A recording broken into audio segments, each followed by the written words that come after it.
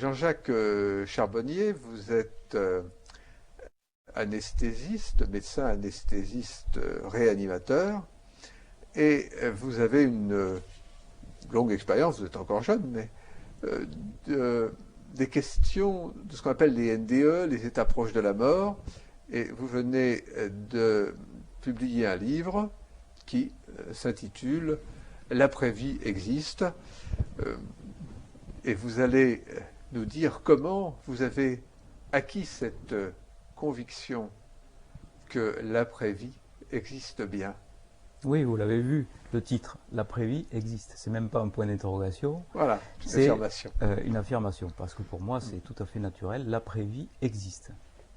Et donc, j'ai eu tout un tas, si vous voulez, dans ma vie d'homme et dans ma vie aussi professionnelle, d'anesthésiste réanimateur, tout un tas de signes qui me font dire que l'après-vie existe. Et c'est cette conviction que j'aimerais faire partager aux lecteurs qui vont lire ce livre.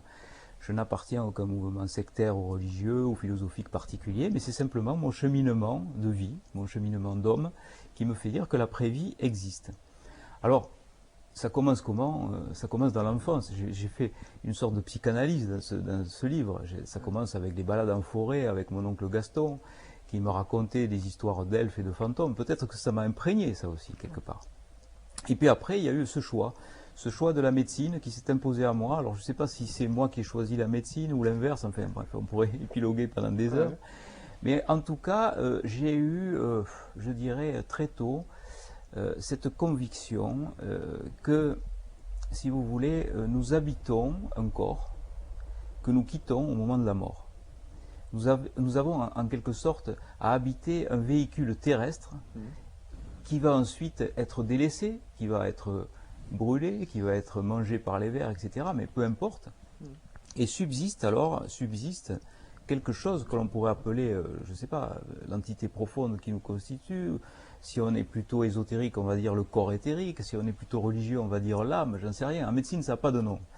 Mais lorsque la vie s'arrête, eh bien, la vie se poursuit sous une autre forme que nous ne comprenons pas, nous médecins. Et j'ai eu très tôt, je dirais, cette petite étincelle qui m'a fait entreprendre cette démarche, à la fois d'écrivain et puis maintenant de conférencier. Mais vous savez, j'ai l'impression d'être sur un petit bateau, là, comme un insecte minuscule avec de grosses rames au milieu d'un océan. Je suis porté quoi, par les événements. Et donc, j'ai eu une expérience en SAMU déterminante.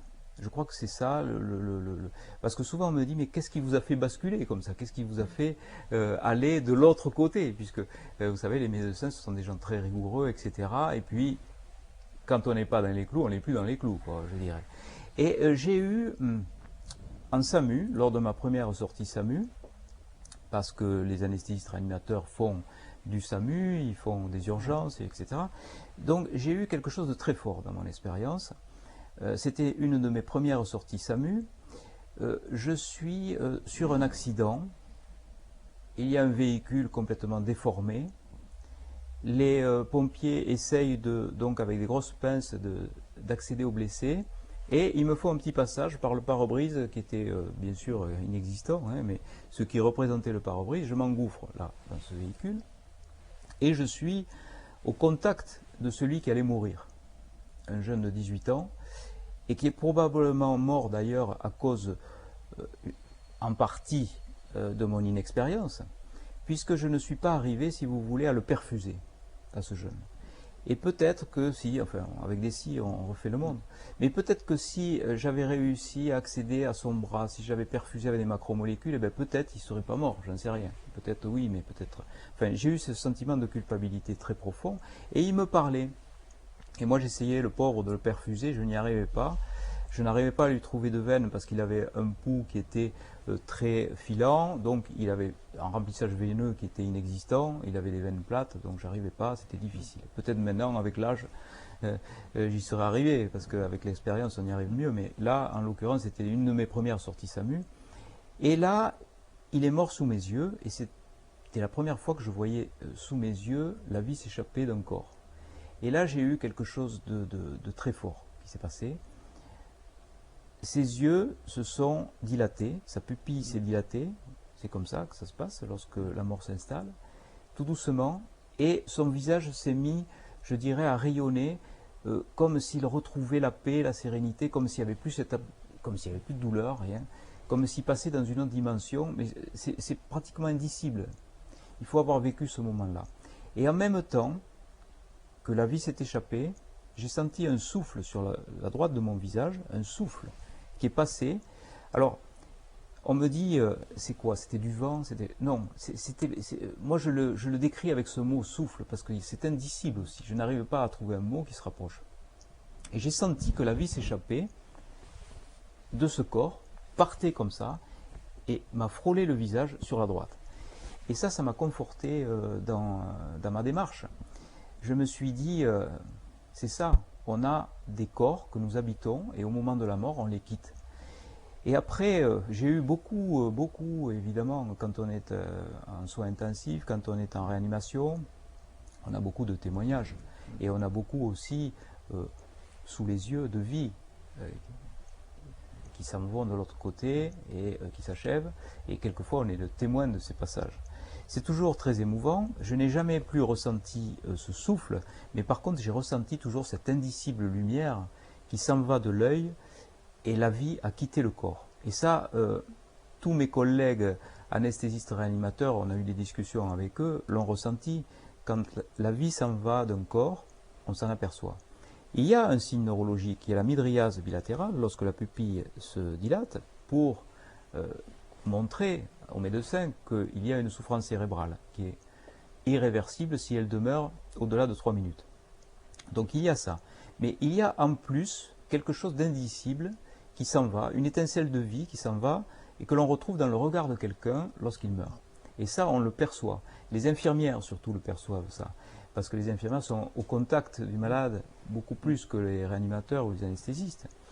Et je suis sûr que si on est dans un discours comme ça, de cette approche humaine de la mort, on va avoir de plus en plus de témoignages de personnes et de familles aussi.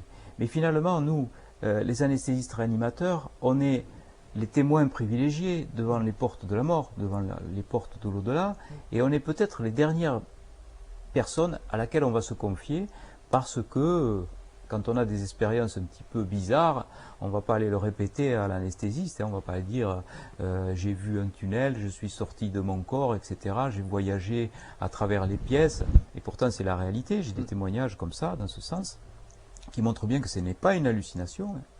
En plus, puisque les gens ont réellement perçu à l'instant T ce qui se passait réellement dans les pièces adjacentes, dans une salle d'attente, etc. Donc on voit bien que la médecine est loin d'expliquer tout.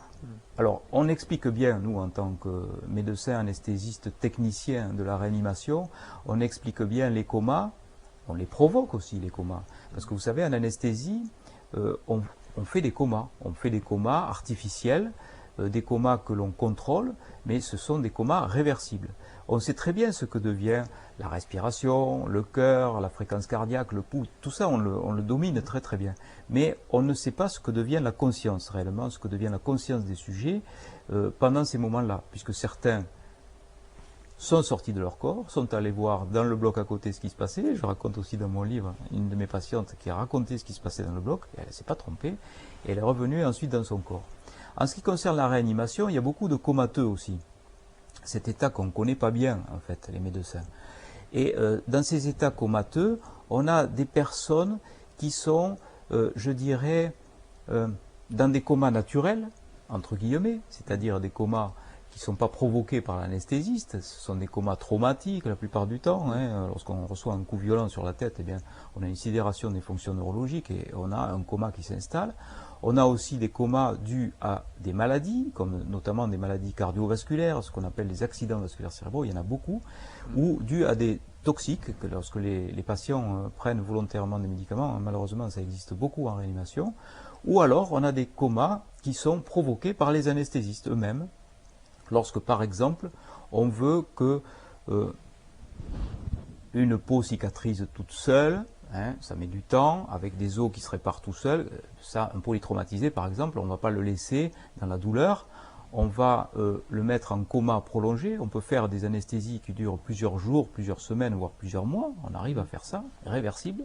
C'est pour ça que les gens qui vont dans la réanimation, ils voient des gens qui sont dans le coma et ils se demandent un petit peu pourquoi un tel est dans le coma. Ben, nous, les anesthésistes, nous mettons ces personnes-là dans le coma pour que les tissus se cicatrisent, pour que la douleur disparaisse.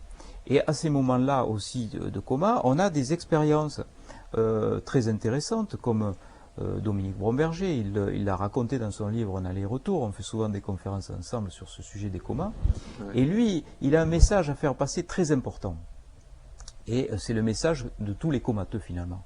Il dit, n'ayez pas peur, si vous avez quelqu'un dans le coma, il ne souffre pas, il est très très bien. Et tous ceux qui sont revenus de ces états-là le disent, il y a moins de 8% des patients dans le coma qui ont ressenti quelque chose de très très confortable et d'autres qui n'ont rien ressenti du tout. Mais personne n'a ressenti quelque chose de douloureux. C'est le retour qui est douloureux, mais pas l'aller. Excusez-moi, je n'ai pas compris. Il y a moins de 8% des patients qui sont dans le coma et qui ont ressenti des choses très agréables. Et puis, alors, il y a l'immense majorité qui n'a rien ressenti du tout. C'est le trou noir. D'accord. Enfin, voilà. S'ils l'ont ressenti, ils l'ont oublié. Ils l'ont oublié, voilà. Ou enfin on ne sait pas. Ils reviennent de cette expérience, pour eux c'est blackout, il n'y a rien. Mais pour moins de 8% des cas, c'était quelque chose de formidable. Et Dominique Bromberger fait partie de ces 8%, puisque lui il a eu une expérience mystique extraordinaire pendant son coma. Il avait quelque chose de merveilleux, indicible aussi. Et puis il avait aussi la faculté de percevoir les visites. Et alors ça, c'est quelque chose de très important aussi à dire, c'est de dire aux personnes qui ont des membres dans le coma ou des proches, etc., de leur famille, de leur dire, il faut aller les voir, il ne faut pas les abandonner. Il faut arrêter de dire, comme disent certains encore de mes confrères, qui sont mal informés, et qui disent arrêtez d'aller voir, ce sont des légumes. Ça, c'est un mot qu'il ne faut plus employer dans la bouche d'un médecin. C'est affreux de dire ça de quelqu'un, d'un être qui est en souffrance, qui est en coma. Et ces gens-là qui sont dans des comas profonds, eh bien, ils peuvent percevoir les présences. Il faut leur diffuser de l'amour, il faut aller les voir. Il faut leur parler comme si on parlait comme ça, là, tous les deux. Il faut leur tenir la main, il faut les caresser, il faut faire comme s'ils étaient vivants, entre guillemets, parce qu'ils sont encore vivants. Et ils reviennent de ces états comateux en décrivant parfaitement ce qui s'est passé. Moi, j'ai l'exemple d'un enfant qui avait une contusion cérébrale. Sa maman était venue, elle venait régulièrement le voir. C'était un accident de la route, le papa tué. La maman qui s'en sort avec le bras en écharpe, et le petit qui avait une contusion cérébrale, donc très grave, quoi. C'est très grave, c'est ce qu'il y a de plus grave. Quand il y a un hématome, on peut drainer, quand il y a un geste à faire, on peut le faire. Bon, mais là, c'est très grave, c'est un œdème, généralement, on ne s'en sort pas de ça. Et on avait maintenu la réanimation avec mon équipe, parce qu'on disait, on va préparer la maman au deuil, tout doucement. On va lui dire, bon, c'est difficile, on n'y arrive pas bien, etc., histoire de la préparer. Et on s'est trompé, lamentablement, sur ce dossier, puisque l'enfant est revenu à lui. Et c'est une chose très curieuse à voir, c'était cette attitude de cette mère qui venait et qui parlait à son enfant comme s'il était là, alors qu'il était dans le coma très profond. Elle lui parlait, elle lui montrait des photos. Elle faisait comme s'il était vivant, quoi, entre guillemets, vivant, mais avec toute sa lucidité en plus, comme s'il pouvait voir et entendre tout. Et ce qui était fou dans cette expérience, c'était qu'elle nous remontait le moral à nous médecins. C'était elle qui nous remontait le moral. Nous, on la préparait au deuil et c'était l'inverse qui se passait. Elle venait et chaque fois qu'elle venait, il y avait un signe très fort que nous on avait noté sur la feuille de température. La température baissait. Parce qu'il y a quelque chose de très grave dans les contusions cérébrales, c'est qu'on a un dérèglement thermique et on a ce qu'on appelle les hyperthermies et on a une température qui s'élève. Donc, c'est un signe péjoratif de souffrance cérébrale grave. Et chaque fois que la maman venait, température baissait, à tel point qu'on pouvait dire, à la lecture de la courbe de température, les heures de visite de la maman. Et lorsque l'enfant s'est réveillé, contre toute attente, sans séquelles, ça c'était merveilleux aussi, c'est toujours merveilleux, un retour de coma. Vous savez, il y a le scope qui s'accélère, il y a des signes, l'enfant commence à bouger, on lui enlève son respirateur, il respire tout seul, enfin, c'est merveilleux, après on lui enlève sa sonde. Ça existe, c'est rare, mais ça existe. Et lorsqu'il s'est réveillé, cet enfant a dit à sa maman, qui s'était souvenu de tout, y compris de la photo qu'elle y avait montrée, alors qu'il avait les yeux fermés avec du sparadrap. Elle y avait montré une photo et il lui a dit à son réveil, tu as bien fait de prendre la voiture jaune parce que c'est la couleur que je préfère. Alors comment avait-il vu, comment avait-il entendu? C'est le grand mystère des comment.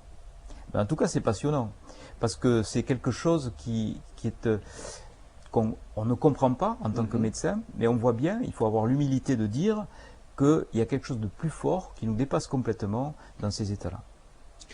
Très bien, je vois que j'entends plutôt que vous abordez tout ça avec un enthousiasme communicatif. Vous aviez parlé dans votre livre d'expériences télépathiques que vous avez vous-même vécues avec vos patients. Oui. Alors ça paraît extravagant de dire ça, surtout quand j'en parle à mes collègues, il faut savoir à qui on en parle. Mais pourtant, je crois qu'il faut avoir l'honnêteté intellectuelle de dire ce qu'on a vécu et perçu. Voilà. Ouais, moi, je n'ai pas d'explication à donner, mais bon.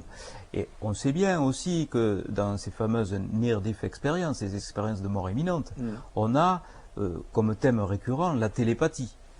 De façon très schématique, lorsque quelqu'un arrive aux portes de la mort, il sort de son corps, c'est la décorporation, il entre dans un tunnel, il va vers une lumière d'amour, qu'il décrit comme ça, et puis il a tout un tas de phénomènes un petit peu paranormaux. Il a des facultés de clairvoyance, il a des facultés de rétrocognition, il se souvient ce qui s'est passé, de précognition quelquefois, il va deviner ce qui va se passer, et il y a aussi des phénomènes télépathiques qui sont très courants, il devine les pensées du réanimateur sans se tromper, ou du chirurgien qui l'opère. Et ensuite, donc, il y a les fameux guides, les défunts, disparus, etc., qui accueillent et qui disent c'est pas le moment, et le retour avec donc la barrière, etc.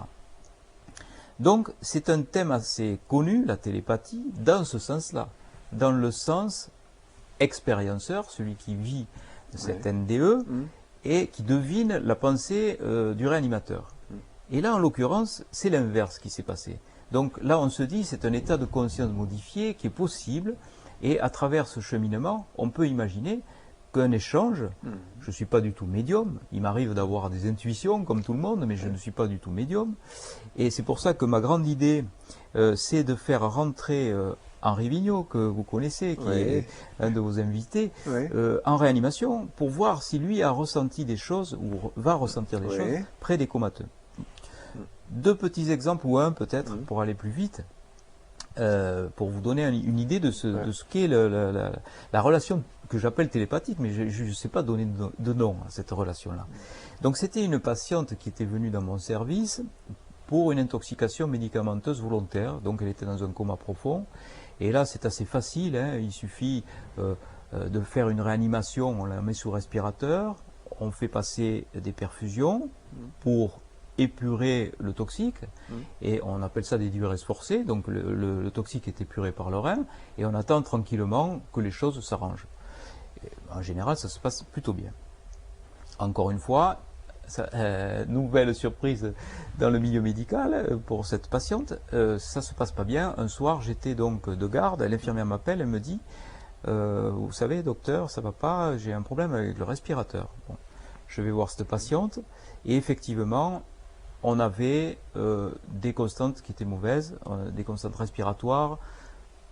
Enfin, je ne vais pas rentrer dans le détail, mais l'oxymètre de pouls, etc., la saturation d'oxygène était mauvaise, l'appareil montrait des pressions affolantes. Donc, en l'occurrence, premier réflexe, il y a un obstacle dans la sonde, il faut aller aspirer une sécrétion qui bouge. Hein.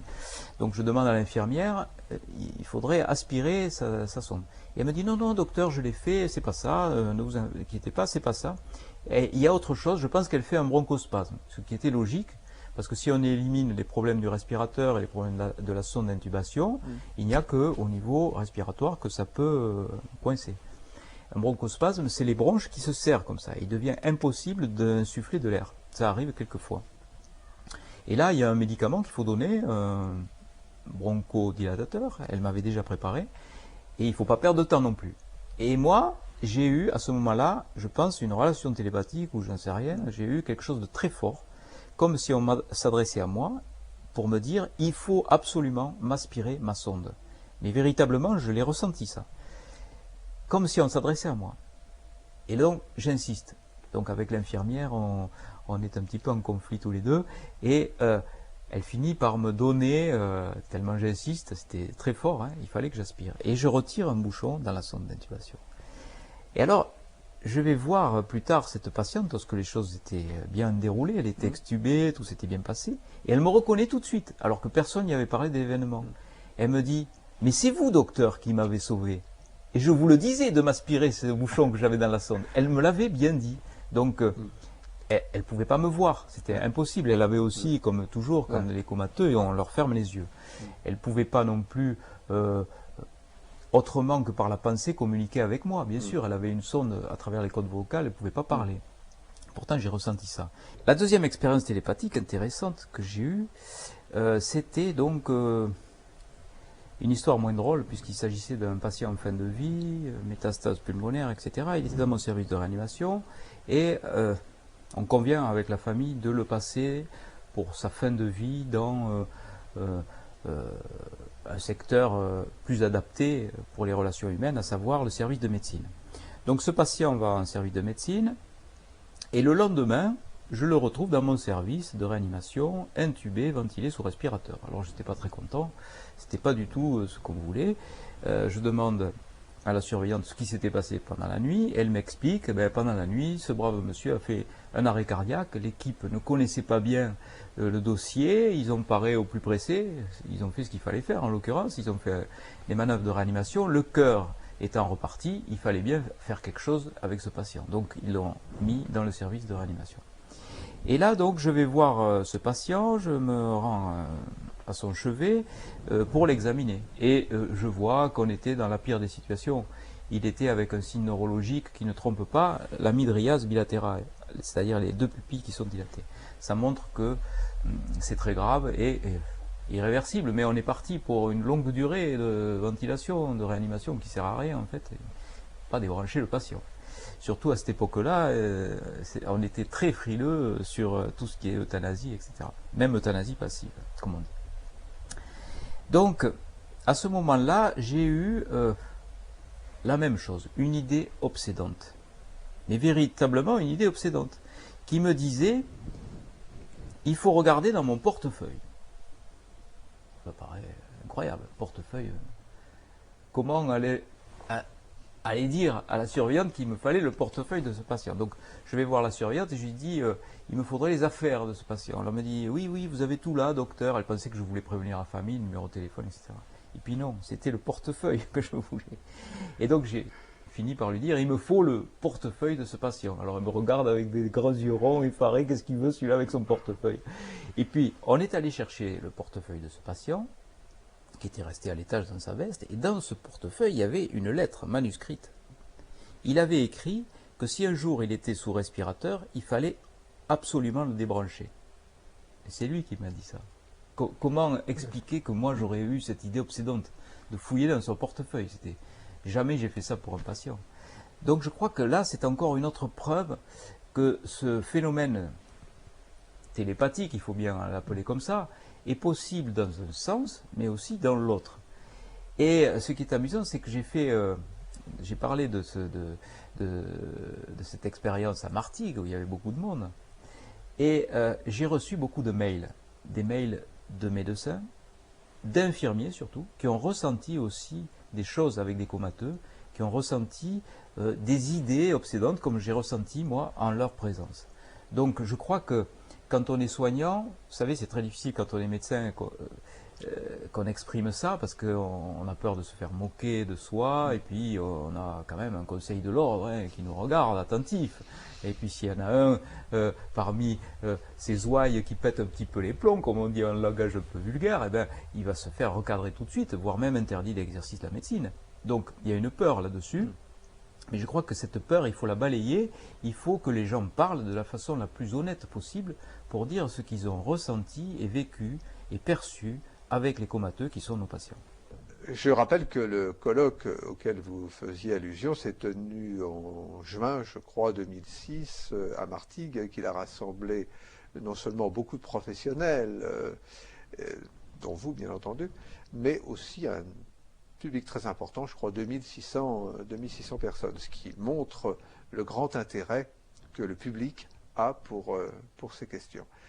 Et donc la seconde partie de l'interview, donc nous allons la consacrer à ce colloque. En quelque sorte, vous ferez non pas un rapport de ce colloque, mais nous parlerons à la fois des interventions de ce colloque et aussi peut-être de l'attitude du milieu médical en général qui, on l'espère, on le croit, je ne sais pas si c'est plus une croyance qu'un espoir, est en train de changer vis-à-vis de ces questions.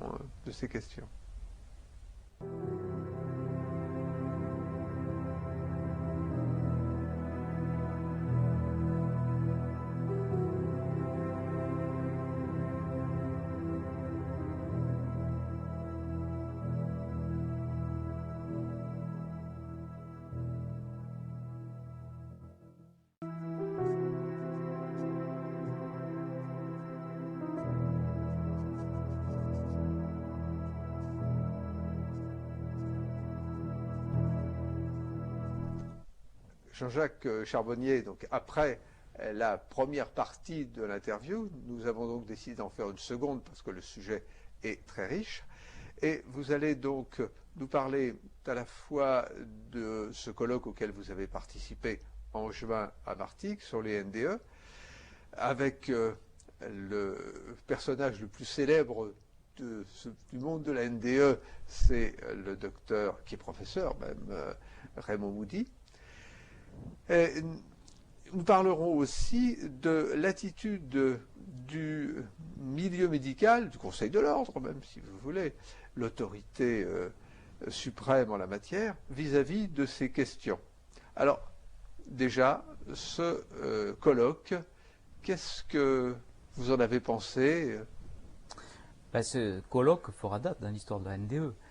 Le 17 juin à Martigues s'est tenu pour la première fois les premières rencontres internationales sur les états de mort imminente. Alors ça, comment ça s'est tenu? Ça aussi, c'est mystérieux. Grâce à l'énergie d'une femme toute jeune de 29 ans, Sonia Barkala, qui a mis toute son énergie, tout son argent, toutes ses économies. Elle a même hypothéqué sur l'assurance vie de sa mère pour organiser cette journée. Enfin, c'est un truc incroyable. Et elle a réussi. Elle a réussi à faire une conférence de 2600 personnes qui ont assisté à cette conférence. Ça paraît incroyable aussi sur ce sujet. Avec les plus grands chercheurs de cette planète qui se sont réunis à Martigues pour énoncer un consensus. Alors ça, c'est très important aussi, un consensus qui fera date dans l'histoire. À savoir, premièrement, l'activité cérébrale étant éteinte, persiste une conscience. Donc ça, déjà, c'est un énorme scoop de dire ça. Une fois que le cerveau s'arrête de fonctionner, eh ben, un état de conscience modifié perdure. On ne sait pas comment, on ne sait pas pourquoi, mais ça continue. Deuxième consensus, il n'existe actuellement aucune explication scientifique à ces états de mort imminente puisque ce ne sont pas des hallucinations. Et troisième consensus, il existe des états de conscience modifiés en dehors des états de mort imminente. Ça aussi, c'est relativement nouveau.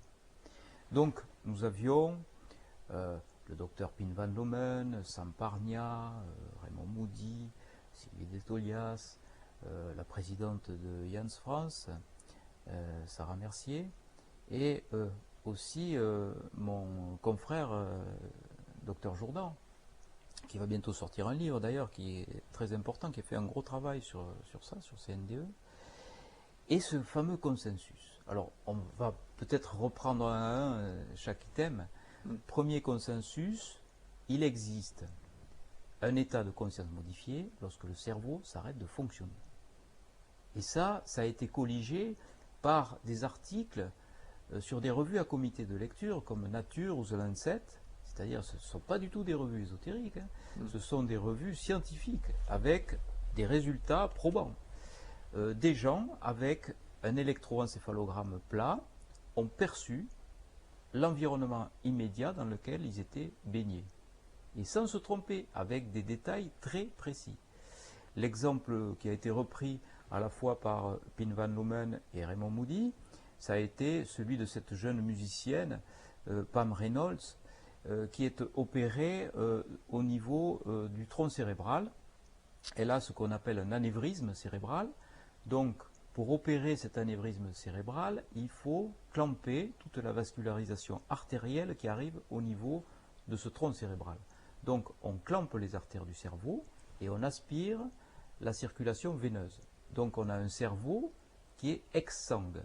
Et un cerveau exsangue, ça ne fonctionne pas plus de 3 minutes sans avoir des dégâts irréversibles. Donc il faut en plus, pour éviter ces dégâts irréversibles, refroidir le cerveau à 15 degrés. C'est ce qui est fait dans l'expérience.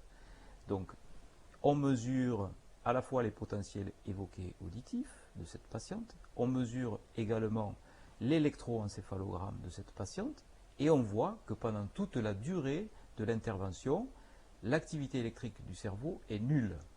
Le cerveau ne fonctionne plus. Il n'y a plus de sang, il n'y a plus d'oxygène, il ne peut plus marcher. Voilà. Et au bout d'une heure et demie d'opération, l'opération se déroule très bien, la patiente est réveillée, et à son réveil, surprise, elle décrit son intervention. Elle décrit les instruments avec précision, tous les instruments qui ont été employés pour l'opérer, elle les a parfaitement décrits. Elle décrit la conversation qu'il y a eu entre le cardiologue et le chirurgien, sans se tromper. Elle a entendu avec autre chose que ses oreilles, elle a vu avec autre chose que ses yeux, on ne sait pas quoi. En plus, ces gens qui sont dans ces états, ces expérienceurs, décrivent des visions qui n'en sont pas. Ils peuvent voir à 360 degrés, ils voient les êtres comme s'ils étaient transparents, c'est indicible, on peut pas. Ils ont une acuité auditive qui est formidable. Il y a même des expérienceurs aveugles qui ont décrit des phénomènes d'expérienceurs avec la vision retrouvée. Les aveugles de naissance, difficile de savoir s'ils ont vu ou pas, mais dans leurs rêves, ils perçoivent des choses tactiles, olfactifs, etc. Et là, ils voient bien, c'est un jeu de mots, que c'est autre chose que ces impressions tactiles et sensorielles, c'est des facultés cognitives qu'ils n'avaient pas. Ils voient avec autre chose que leurs yeux. Pour les aveugles qui sont devenus aveugles secondairement, c'est différent. Là, ils savent ce que c'est que de voir. Donc là, ils disent « j'ai retrouvé la vue pendant mon expérience ». Donc, ça montre bien que le cerveau peut fonctionner ou ne pas fonctionner, mais s'il ne fonctionne pas, ou ne fonctionne plus, eh bien, on a la poursuite d'une conscience. Et donc la conscience n'est pas une sécrétion du cerveau, comme seraient les hormones thyroïdiennes, la sécrétion de la thyroïde par exemple. Non, c'est autre chose, c'est un état de conscience modifié. Premier élément déterminant de ce consensus de Martine. Deuxième élément important, aucune explication scientifique.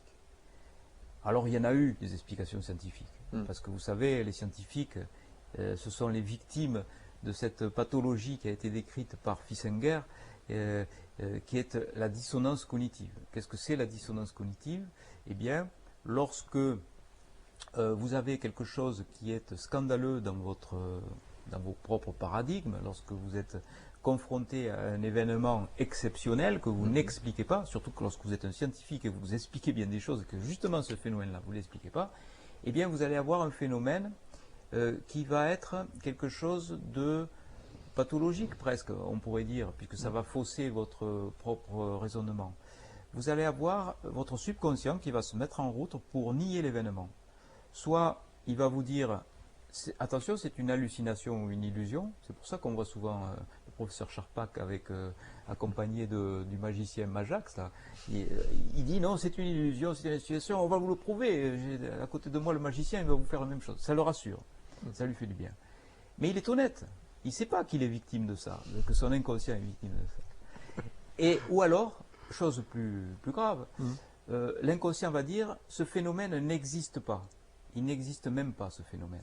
Et tous ceux qui ont vu le phénomène, même s'ils sont nombreux, eh ben, ce sont des menteurs, voilà. Ou des charlatans, ou des escrocs, enfin bon. Ils s'arrangent avec ça. Mais les scientifiques sont victimes de ça, les médecins beaucoup aussi, parce qu'ils ont fait des études longues, universitaires, où on leur a appris que ça fonctionnait comme ça et pas autrement. Et si d'un seul coup on vient leur bousculer tout ce qu'ils ont appris, c'est tellement incroyable ce qui se passe dans leur esprit que leur subconscient hein, c'est une sorte de disjoncteur qui, clac, agit en disant, hop, c'est du paranormal, c'est de la foutaise en quelque sorte. Eh bien non, il se trompe complètement, à condition de ne pas prendre en considération ce phénomène de dissonance cognitive. Donc, les médecins et les scientifiques ont essayé d'exprimer une explication à ces phénomènes de NDE. Ils ont dit d'abord, c'est un phénomène psychiatrique qui joue. Ce sont des mythomanes. On imagine mal, maintenant, 60 millions d'expérienceurs, 60 millions de mythomanes qui racontent tous la même chose, avec la même séquence événementielle. Ils ont dit ça. Pourquoi 60 millions, pardon? Parce qu'il y a 60 millions de cas d'expérienceurs répertoriés dans le monde actuellement. Répertoriés où ceci ressort des sondages d'opinion qui ont été... Enfin, non pas d'opinion, mais des sondages qui ont été faits. C'est l'Institut Gallup qui a répertorié tous les expérienceurs. Donc il y en aurait 1,8 en France à peu près. Et il y en aurait, je ne sais plus combien de millions aux États-Unis. Enfin, ça fait un total sur la planète de 60 millions. Oui, l'Institut Gallup, effectivement. Oui, là, il s'agit non pas, en effet, d'une enquête où on aurait individuellement interrogé ou recensé les expérienceurs, mais c'est un sondage. Mais le sondage est parfaitement valable. Nous savons fort bien que les sondages d'opinion sont généralement assez près de la réalité. Je crois même qu'ils sont en dessous de la réalité, parce qu'il y a encore des gens qui ne veulent pas parler. Tout à fait, oui, oui, c'est bien possible, oui, voilà. Tout à fait.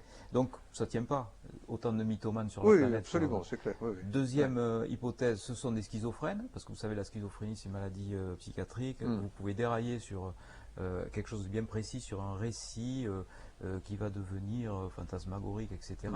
Mais c'est jamais ça, la schizophrénie, parce que vous avez toujours des discours qui vont être individualisés. Un schizophrène, il ne va jamais se calquer sur le discours d'un autre. Alors que là, c'est bien répertorié, etc. Et puis en général, ce sont des discours paranoïaques, c'est jamais des messages d'amour comme les expérienceurs. Oui, tout à fait. Qui, eux, c'est véritablement l'inverse, donc on voit que ça ne tient pas non plus. Après, on a dit, ce sont des reconstructions cérébrales par l'intermédiaire de l'ouïe, puisque quand on perd connaissance, on a donc le voile noir, on perd la vue, puis on tombe, on n'a plus de sens, seul persiste pendant encore quelques minutes l'oreille.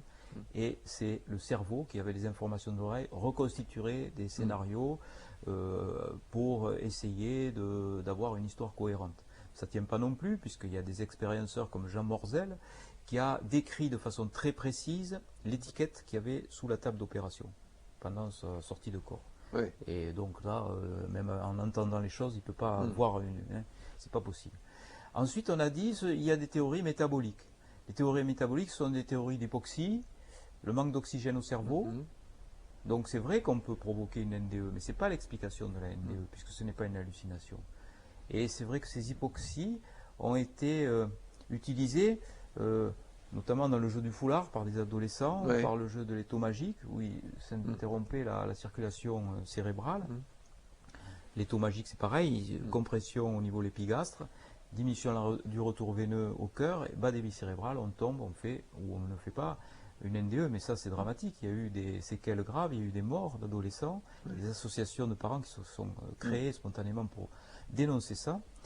Et il y a aussi les hypercapnies, l'excès de CO2 peut donner aussi des sorties de corps et des expériences de mort imminente, ou alors les hypocapnies, l'inverse, quand on n'a pas assez de CO2 dans les gaz de la respiration.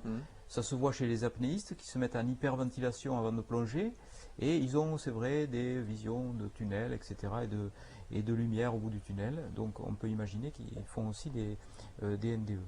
Et on a aussi toutes les théories sur les stimulations neurologiques dans certaines zones, comme la zone du gyrus angulaire, qui est une zone qui est située entre le lobe pariétal droit et le lobe frontal droit, ici. Lorsqu'on stimule cette zone, on peut avoir des sorties de corps.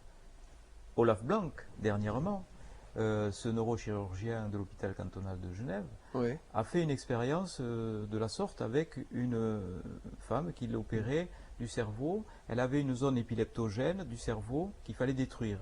Et on l'avait maintenue sous anesthésie locale, pas générale, pour justement détruire le moins de cerveau possible et savoir où on est. Donc il est évident que si on est dans une zone où elle ne bouge plus la main, on va vite retirer l'électrode, on va changer. Hein. Et à un moment donné, Olaf Blanc est dans la zone du gyrus angulaire, une zone qui avait déjà été appréhendée par Penfield quand il était dans cette zone. Penfield, effectivement. Ouais, mais plusieurs années auparavant, et qui avait dit ouais, j'ai trouvé la NDE, c'est... C'était dans les années 40 ou 50. Oui, c'est très vieux. Ouais. Mais là, ça a été reprécisé. Et Olaf Blanc est dans le gyrus angulaire, et la personne lui dit docteur, je suis au-dessus de vous, je vous vois parfaitement. Et elle décrit la scène. Stupéfaction dans le bloc opératoire, ils arrêtent la stimulation. Docteur, je suis revenu dans mon corps. À 2 reprises, ils font l'expérience, et à 2 reprises, la personne est en haut et revient dans son corps. Et ça a été donc colligé sur la revue Nature. Encore une fois, une revue à comité de lecture. Ouais. Il y a donc eu aussi l'explication des neuromédiateurs. Pardon, il faut préciser que ça ne peut se faire que lorsque une fenêtre a été ouverte dans la boîte crânienne. Ah oui, bien sûr. Bien sûr. Ah oui, oui, oui. Donc vous faites donc une mini trépanation et vous enfoncez votre électrode et la patiente est sous anesthésie locale. Hein. Elle peut communiquer. Et ensuite, autre hypothèse qui avait été soulevée, ce sont les hypothèses des neuromédiateurs, les neuromédiateurs endorphiniques et kétaminergiques au niveau du cerveau, qui, sous certaines conditions, sont mis en branle au niveau de la conduction neuronale et reproduisent aussi des sorties de corps. On utilise en anesthésiologie la kétamine très fréquemment, qui est donc cette drogue qui permet d'avoir des analgésies très profondes et avec une narcose légère. Et c'est une drogue qui encore malheureusement est utilisée à mauvais escient par des jeunes dans les rêves parties. Ils appellent ça le Kit Kat ou le Mr K. Et ça fait de gros dégâts parce que ça peut faire des troubles cardiaques, ça peut faire des fibrillations ventriculaires, des arrêts cardiaques. Donc il faut absolument avoir un électrocardiogramme. Lorsqu'on fait cette drogue, nous en anesthésie, on l'utilise, mais avec un électrocardiogramme. Donc ça, ce sont toutes les explications, si vous voulez, métaboliques, neuro-endocriniennes, neurométaboliques, et aussi les expériences, ou plutôt les explications psychiatriques. Mais on voit bien que ça ne tient pas, ça. Absolument, puisque ce n'est pas une hallucination. C'est le point de départ de la NDE. Mais ce n'est pas avec ça qu'on a trouvé l'explication de la NDE. On peut provoquer une NDE sous ces conditions, hypoxie, etc., mais on ne l'explique pas. Les gens qui sont sortis de leur corps sont réellement sortis de leur corps, on ne sait pas comment, mais pour décrire un environnement qui leur était totalement étranger et qui était contemporain du moment où ils étaient avec ces fameux électroencéphalogrammes plats, par exemple. Bon, tous les expérienceurs, on n'a pas pu leur mesurer l'activité électrique, mais certains d'entre eux ont eu cette possibilité d'avoir cette mesure. Et ça, c'est aussi énorme de dire que quand le cerveau s'arrête de fonctionner, eh bien, on peut avoir toutes ces expériences de sortie de corps, aller dans d'autres dimensions, etc. Donc ça, c'était le deuxième élément. Troisième élément, c'est de dire, troisième élément consensuel de Martigues, c'est de dire qu'on peut avoir des états de modifiés de conscience en dehors des états de mort imminente. Et le docteur Beauregard en a parlé, le docteur aussi Détiolas en a parlé. Elle s'occupe donc, elle est chercheure en biologie moléculaire, et elle s'occupe d'un centre en Suisse, Noesis, qui étudie ces phénomènes de décorporation. On pense, et on a raison de le penser, puisque nous, les scientifiques, on arrive véritablement derrière les civilisations des chamans, etc., et les taoïstes qui sont sortis de leur corps depuis longtemps, qui le savent, mais on arrive à le prouver maintenant, pratiquement scientifiquement, que sous certaines conditions de relaxation, on peut sortir de son corps. Moi, j'ai eu cette expérience avec cette patiente anesthésiée, qui n'était pas du tout en état de mort imminente. L'anesthésie s'était très très bien passée.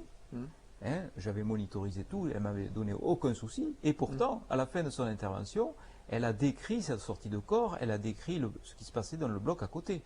Donc, on voit bien que ça peut se passer dans d'autres conditions, et on ignore encore lesquelles.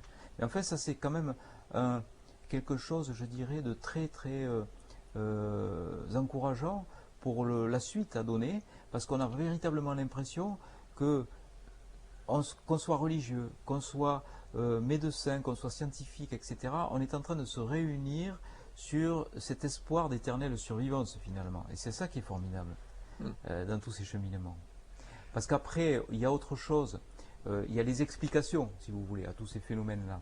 Les explications, il ne faut pas forcément les chercher, parce que on était à Martigues une poignée de médecins à faire part de nos expériences respectives. Et puis finalement, est-ce qu'on peut quantifier tout ça avec des courbes, avec des graphiques, avec des... disons, est-ce qu'on peut scientifiquement prouver ce qu'est l'amour, par exemple? Non, sûrement pas. Peut-être heureusement, on ne peut pas le prouver.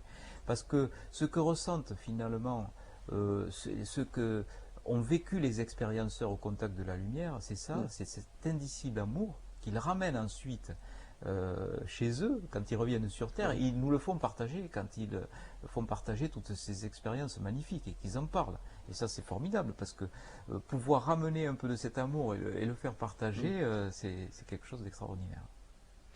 Alors, est-ce que la profession médicale, les instances supérieures, l'Académie de médecine, enfin, ce qui donne le ton est favorable ou non? Est-ce qu'il a évolué? On les soupçonne généralement, à tort peut-être, d'être fermés à tout ce qui a cette couleur, ou ce qui peut apparaître avoir une couleur d'ésotérisme.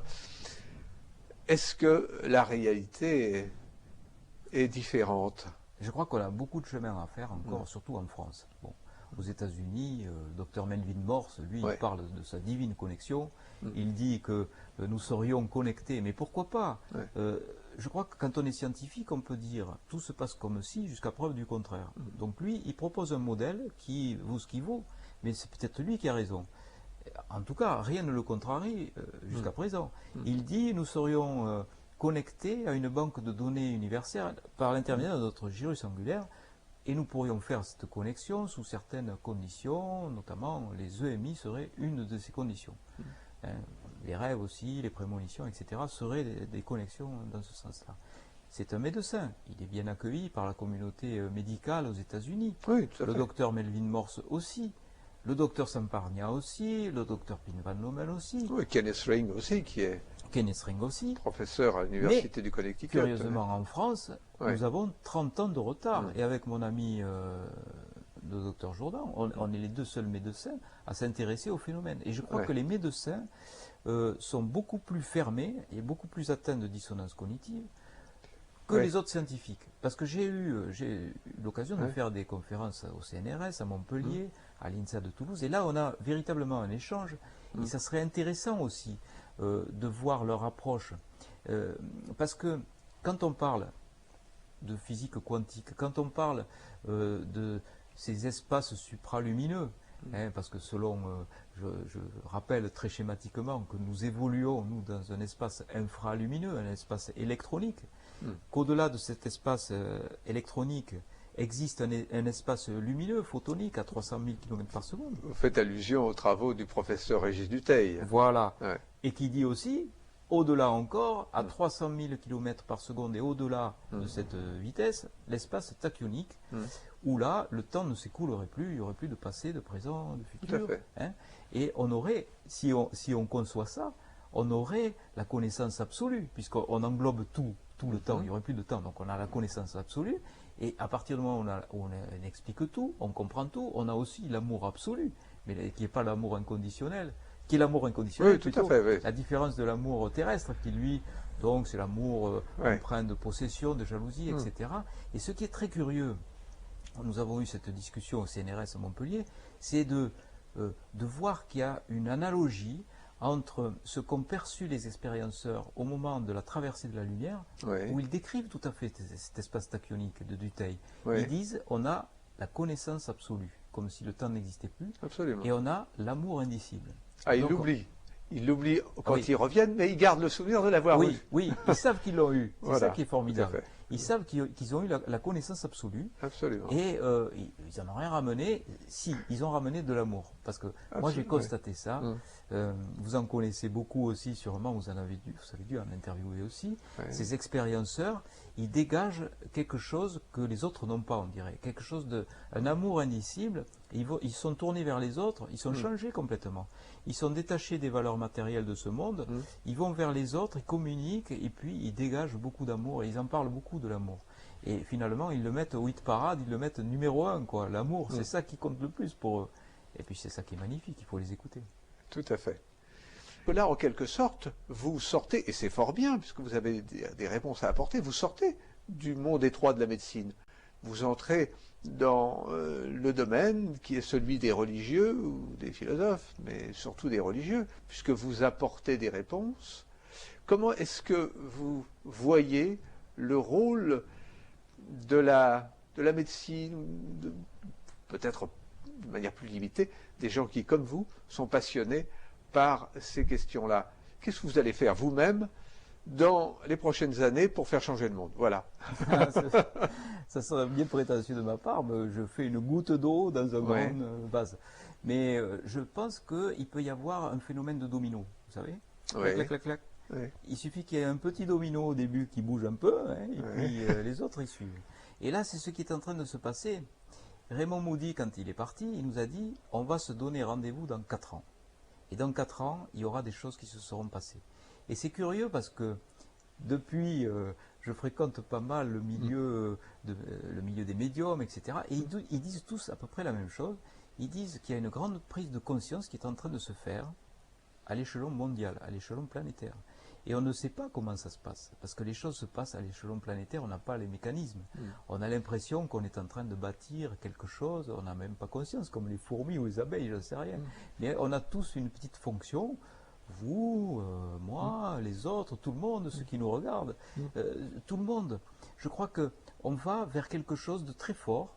Le monde sera spirituel ou ne sera pas, disait Malraux, mais c'est encore plus grand que ça, quoi. C'est encore une prise de conscience qui va se généraliser. Il y aura des expériences. Moi, je vais faire dans mon service venir, je vous l'ai dit, en off, des médiums dans le service de réanimation, puisque je pense que ce que j'ai ressenti, moi, qui ne suis pas du tout médium, hein, je dois avoir un petit râteau, eux, ils ont des super radars pour recueillir les vibrations, et je pense qu'il peut y avoir un phénomène qui va intéresser tout le monde. Si jamais les médiums, imaginez qu'un médium décrive la NDE d'un patient qui est dans le coma et que ce patient dise après, moi j'ai vécu ça, ça serait formidable. Ça montrerait d'un seul coup que la NDE existe bien et que les médiums peuvent rentrer en contact et en vibration avec des phénomènes qui nous dépassent. Mais il faut se donner rendez-vous très prochainement. Je crois qu'on est amené à se revoir et puis ça va avancer très vite. Je vous remercie beaucoup. Merci à vous de votre Je vais lire votre livre et j'espère que nous serons nombreux aussi à le lire. Merci à vous. Merci.